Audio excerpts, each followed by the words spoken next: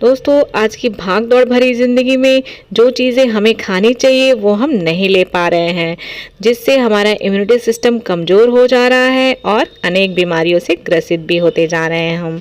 मैं अर्चना रंजन स्वागत करती हूँ आपके अपने यूट्यूब चैनल वाराणसी जायका में। तो दोस्तों, आज मैं कुछ ऐसी ही खास रेसिपी लेकर आई हूँ जिसको खाने के बाद आप बिल्कुल स्वस्थ, चुस्त दुरुस्त रहेंगे और इम्यूनिटी भी बूस्ट होगी और आपको कई बीमारियों से छुटकारा भी मिलेगा। तो वीडियो को अंत तक ज़रूर देखिएगा क्योंकि मैं वीडियो के लास्ट तक कुछ ट्रिक और टिप्स बताती रहती हूँ। तो आइए बनाते हैं।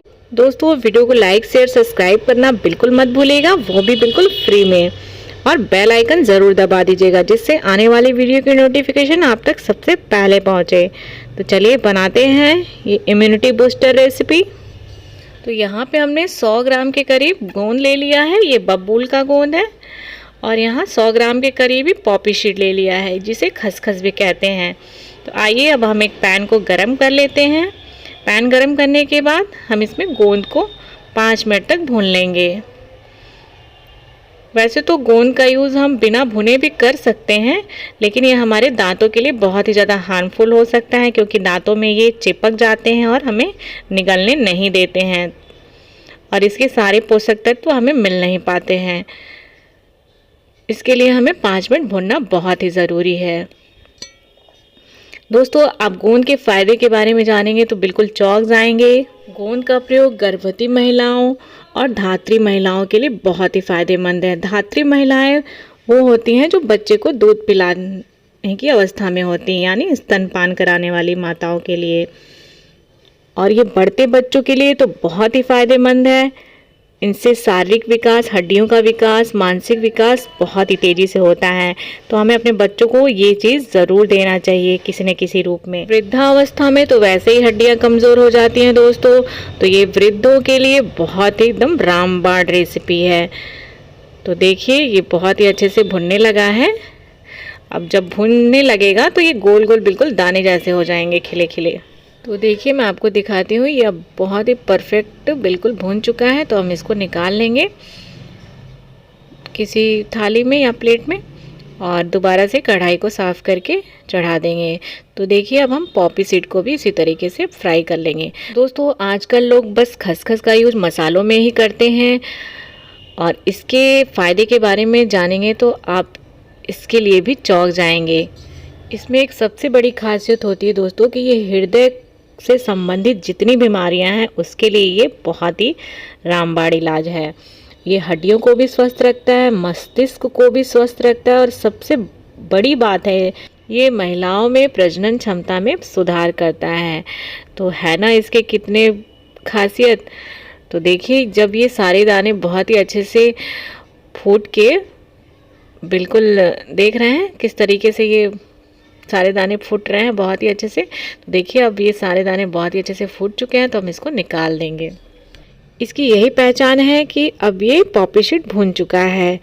तो जब तक पॉपी सीड और गोंद ठंडे हो रहे हैं तब तक आइए हम कुछ ड्राई फ्रूट ग्राइंड कर लेते हैं। तो यहाँ पे हमने 100 ग्राम के करीब बादाम डाल लिया है, 100 ग्राम के करीब अखरोट और 100 ग्राम के करीब ही काजू।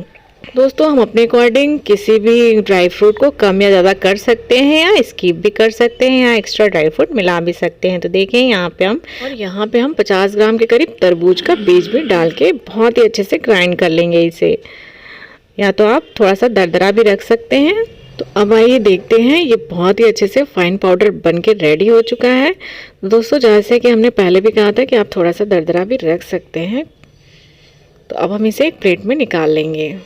अब उसी जार में हम जो गोंद भून के रखे थे, ठंडा हो गया है, वो भी डाल देंगे और पॉपी सीड जो ठंडा होने के लिए रखा था वो डाल के इसे बहुत ही अच्छे से फाइन पाउडर बना लेंगे। तो देखिए, ये बहुत ही अच्छे से फाइन पाउडर बन के रेडी है। तो यहाँ पे हमने नारियल का गोला लिया था आधा, उसको बहुत ही अच्छे से इसका पीछे का निकाल के और लच्छा बना लिया है कद्दूकस से। तो आइए अब बनाना स्टार्ट करते हैं। तो यहाँ पे हमने एक पैन को चढ़ा लिया है। पैन में हम 100 ग्राम के करीब डालेंगे घी और घी को मेल्ट होने देंगे बहुत ही अच्छे से। जब घी मेल्ट हो जाए तो हम उसमें सबसे पहले खसखस और गोंद का जो पाउडर बना लिया था उसको डाल के बहुत ही अच्छे से भून लेंगे। अब हमें इसे बहुत ज़्यादा नहीं भूनना है क्योंकि हम पहले भी इसे भून चुके हैं बहुत ही अच्छे से। तो आधे मिनट भूनने के बाद हम इसमें नारियल का जो गोला कद्दूकस किया हुआ था उसको डाल के आधे मिनट इसे भी भून लेंगे। आधे मिनट इसलिए भुनना है क्योंकि नारियल में थोड़ा मॉइस्चर होता है दोस्तों, बस मॉइस्चर ख़त्म हो जाए उतना ही भुनना है। तो देखिए आधे मिनट हो चुके हैं, तो आधे मिनट बाद हम इसमें 100 ग्राम के करीब चीनी ऐड कर देंगे। तो चीनी के साथ ही साथ दोस्तों अब हम इसमें 100 ग्राम के करीब दूध का पाउडर भी मिला देंगे। आप लिक्विड दूध या पानी भी डाल सकते हैं जो आपको सुटेबल लगे, लेकिन दूध का पाउडर डालिएगा, ये बहुत ही ज़्यादा टेस्टी और डिलीशियस हो जाता है। तो 1-2 चम्मच पानी डाल देंगे अब हम, या आप दूध डाल के इसे चीनी को मेल्ट होने देंगे। हम इसे थोड़ी देर तक ऐसे ही भूनते रहेंगे दोस्तों, तो ये चीनी अपने आप मेल्ट होने लगेगा। लेकिन हमने सारे ड्राई फ्रूट बहुत ही अच्छे से भून लिए हैं। अब और ज़्यादा भूनेंगे तो इसके न्यूट्रिशन में कमी आने लगेगी, तो जिससे हम थोड़ा सा लिक्विड दूध या थोड़ा सा 2 चम्मच पानी डाल के इसे चीनी को मेल्ट होने देंगे। तो देखिए चीनी जैसे ही मेल्ट हो जाए तो अब हम इसमें ड्राई फ्रूट ऐड कर देंगे। ये सारा काम हमें लो फ्लेम पे ही करना है दोस्तों, फ्लेम को मीडियम या हाई बिल्कुल भी नहीं करना है। तो देखिए अब चीनी बहुत ही अच्छे से मेल्ट हो गई, तो हम सारे ड्राई फ्रूट डाल के आधे मिनट तक इसे बस भून लेंगे। अब आधे मिनट बाद हम इसमें ½ टी स्पून के करीब जिंजर पाउडर डाल के फ्लेम को ऑफ़ कर देंगे। तो देखिए ये बहुत ही अच्छे से बिल्कुल रेडी हो चुका है। तो हम जिंजर पाउडर मिलाने के बाद फ्लेम को ऑफ़ कर देंगे और इसे सर्विंग प्लेट पे लगाएंगे। दोस्तों ये बच्चे बड़े सबके लिए फ़ायदेमंद है। इसमें ढेर सारे ड्राई फ्रूट हैं। इसमें सबसे बड़ी बात अखरोट है दोस्तों, जिसमें 3 omega fatty acid, mono unsaturated fatty acid, selenium जैसे पोषक तत्व पाए जाते हैं जो बैड कोलेस्ट्रॉल को गुड कोलेस्ट्रॉल में बदल देता है। दोस्तों कोलेस्ट्रॉल हमारी बॉडी के लिए कितना हानिकारक है ये तो आप जानते ही हैं। तो आज ही बनाइए ये हलवा।